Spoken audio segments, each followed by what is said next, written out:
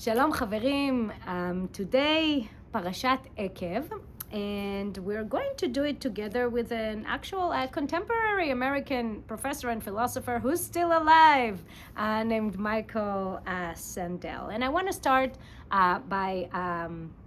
with his words. So, he says, in recent decades, the divide between winners and losers has been deepening, poisoning our politics, setting us apart. This divide is partly about inequality, but it's also about the attitudes towards winning and losing that have come with it. Those who landed on top came to believe that their success was their own doing, a measure of their merit, and those who lost out had no one to blame but themselves.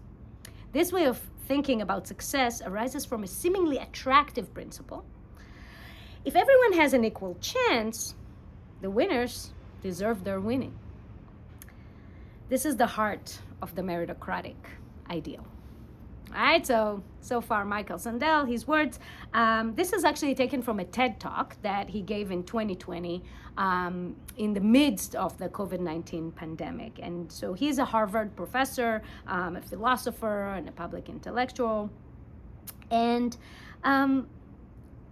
when he delivered this talk, and I believe it was in the summer of 2020, it was a moment that for those of us who remember, polarization was not only growing, but more apparent than ever. I mean, we argued about everything, right? We argued about vaccines, we argued about lockdowns, and we were also faced with that brutal reality that we tried long to suppress when we saw the rich and the wealthy retreat to their isolated homes in the countryside, whereas workers who were paid minimum wage stayed in the cities and risked their lives delivering groceries and driving the sick to hospitals and cared for the sick. And we actually found it necessary to call them essential workers. So it was that moment that drove Sandel to speak out. And I personally like what he had to say.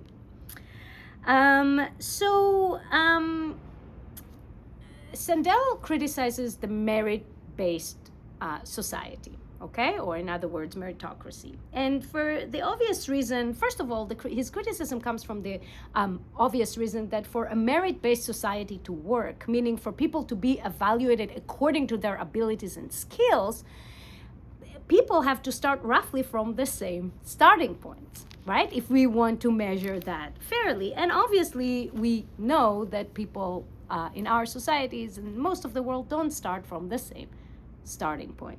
And to illustrate it, Sandel says in his TED Talk that at Ivy League universities in the United States, there are more students from the top 1% of the income distribution than from the entire bottom half of the country combined, right? And I have to say, anecdotally, I know from many years ago when I worked with an organization in South Central Los Angeles that there were some youth there that were really, really talented and worked hard in their schools and actually got accepted to colleges. I remember one case of a kid that got accepted to San Francisco University, and while did receive a full scholarship, still could not afford the living expenses that come with it, coming from a poor family, and had to drop out. So even for people with the talent and with scholarship, it is not possible to really get ahead. You need to start ahead, right? This is the unfortunate reality. But this is not new. And what Sandel's critique goes a lot deeper than that, not just the obvious inequality. And he suggests that the merit-based society is itself psychologically and morally dangerous because it produces what he calls, and I'm quoting him, hubris among the winners and humiliation among those who lose out.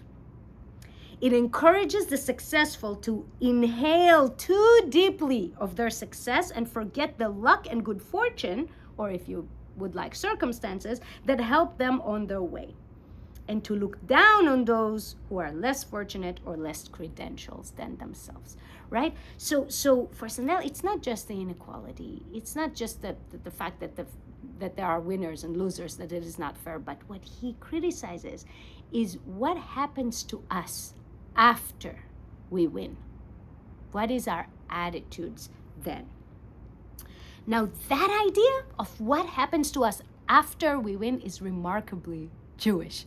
And I even found myself, looking at this TED Talk thinking, was him, by the way, Michael Sandel is Jewish. So I was wondering, did he go to his local shul and heard a drash about our portion? Because it is exactly what Moses is talking about in our portion, Eikev. Okay, so Eikev is in the book of Deuteronomy, the book that we are now reading, the book of Dvarim.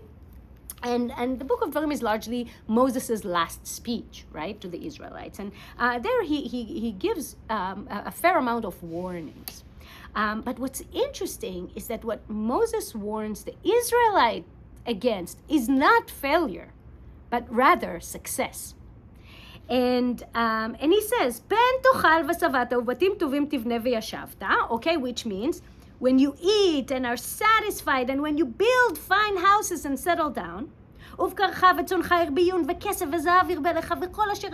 you have herds, and you have flocks, and you grow larger, and you have silver and gold, right? And all you have is multiplied, right? Then he says, ורם לבביך ושכחת את אדוני אלוהיך המוציאך מארץ מצרים מבית עבדים. Then your heart will become proud. It's beautiful. ורם לבביך.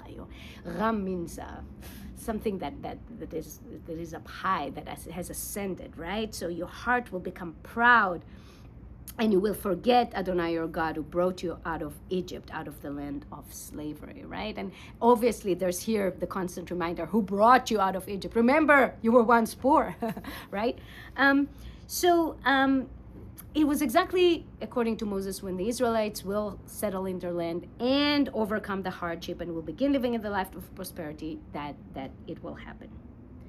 But he goes deeper. And here it's really connecting to Sandel. He says, ואמרת בלבביך, כוחי ועוצם ידי עשה לי את החיל הזה.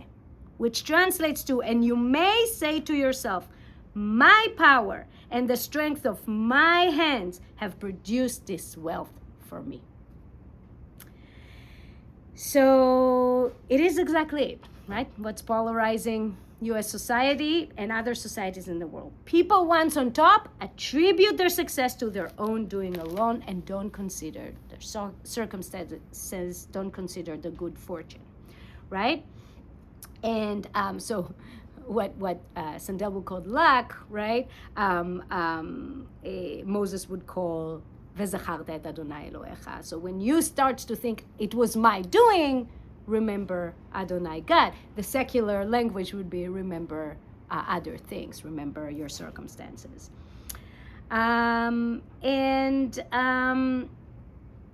So Sandel says something really beautiful in his talk. He said that there's an implicit insult in the saying, you can make it if you try. Not just because not everybody gets to try, right? But also because if you didn't succeed, right, there's something wrong with you, right?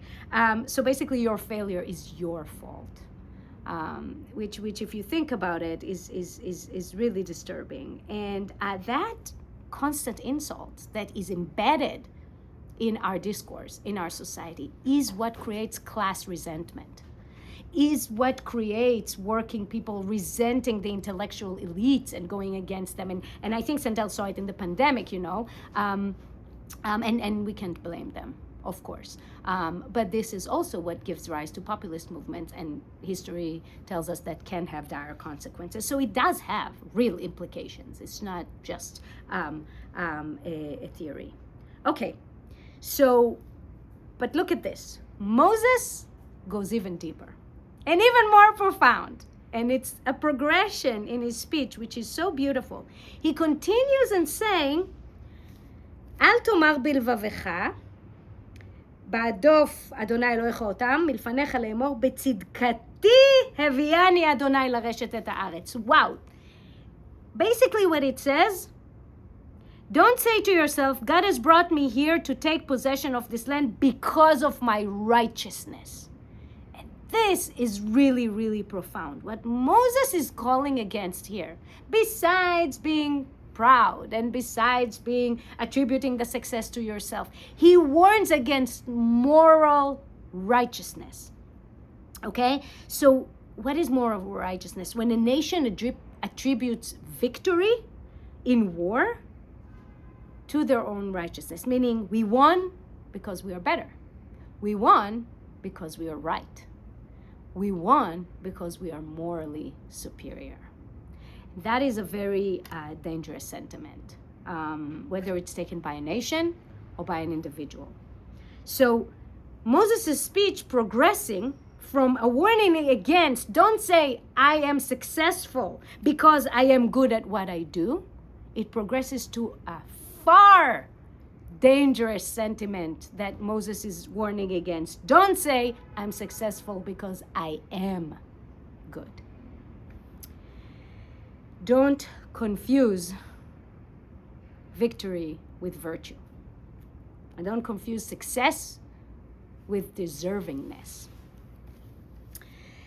So, I want to conclude with how Sandel concludes his talk, which is frankly just so poignant.